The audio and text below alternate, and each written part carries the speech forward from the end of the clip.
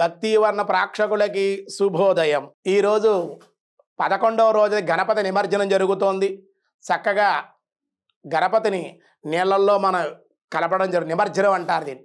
అంటే మానవుడు జీవితం కూడా అయింది. ప్రతి మానవుడు కూడా ఈ ప్రకృతిలోకి వచ్చినటువంటి వాడు మళ్ళీ కలిసిపోవాలి అనే నిరూపించడం కోసమే గణపతి యొక్క మట్టి విగ్రహాలు తీసుకెళ్ళి మనం నీళ్ళల్లో నిమజ్జనం చేస్తాం. సృష్టి అంతా కూడా మళ్ళీ నీళ్ళల్లోనే లైవ్ అయిపోతుందని నిరూపణకి భగవంతుడు స్వరూపంగా గణపతిని చెప్తారు. ఎందుకంటే ఈ విశ్వస్వరూపుడు భగవంతుడు వినాయకుడు. అందుచేత వినాయకుడి నిమజ్జన మహోత్సవం అత్యంత వైభవంగా ఇవాళ చేసుకోవాలి.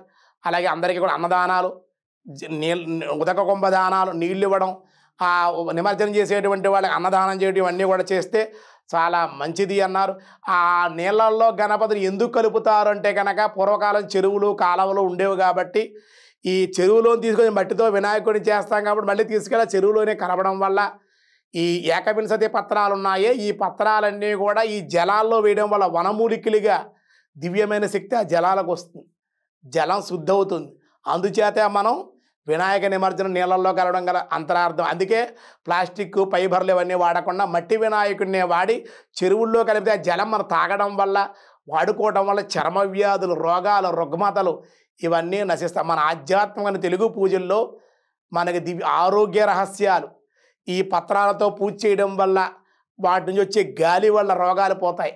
ఆ ఏకవింశతి ఫలాలు గ్రహమండలాలకు ప్రతీక కాబట్టి ఆ యొక్క పళ్ళవన్నీ కూడా తినడం వల్ల ఆరోగ్యం అని చెప్పబడుతోంది. ఆవిరితో ఉడికిన కుడుములు తినడం వల్ల ఆరోగ్యం, ఇన్ఫెక్షన్లు అవి లేకుండా చేస్తుందని చెప్పారు. ఈ గణపతి నిమజ్జనం చేయడం వల్ల జలాలు భూమి శుద్ధి అవుతుంది, జలాలు శుద్ధి అవుతున్నాయి, ప్రకృతి అంతా కూడా శుద్ధి అవుతుంది. మన శుద్ధి చేయకపోయినా దేవతలందరూ కూడా అష్టదిక్పాలకులు వీళ్ళందరూ కూడా వాళ్ళ సమయ అనుకూలంగా వచ్చి ప్రకృతి శుద్ధి చేసేసి మళ్ళీ ఫిల్టర్ చేసేస్తూ ఉంటారు వాటర్ని. కానీ మానవుడు కూడా ప్రకృతిని పాడు చేయకూడదు. ఇవాళ నీరు అమ్మేసుకుంటున్నాడు, గాలి అమ్మేసుకుంటున్నాడు, అగ్ని అమ్మేసుకుంటున్నాడు, రియల్ ఎస్టేట్ చేసి భూమిని అమ్మేసుకుంటున్నాడు, శ్మశానాలు కబ్జా చేసేస్తున్నాడు, వాయు మార్గం కూడా వాడు కల్తీ చేసేసాడు, భూతాలని కూడా వీడు అమ్మేసుకుంటాడు మానవుడు.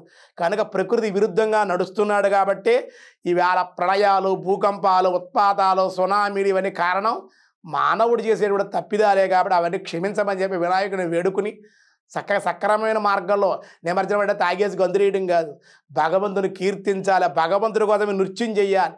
సాంప్రదాయబద్ధంగానే మనం ఈ వినాయక నిమజ్జన మహోత్సవాలు అందరూ పాల్గొనాలి.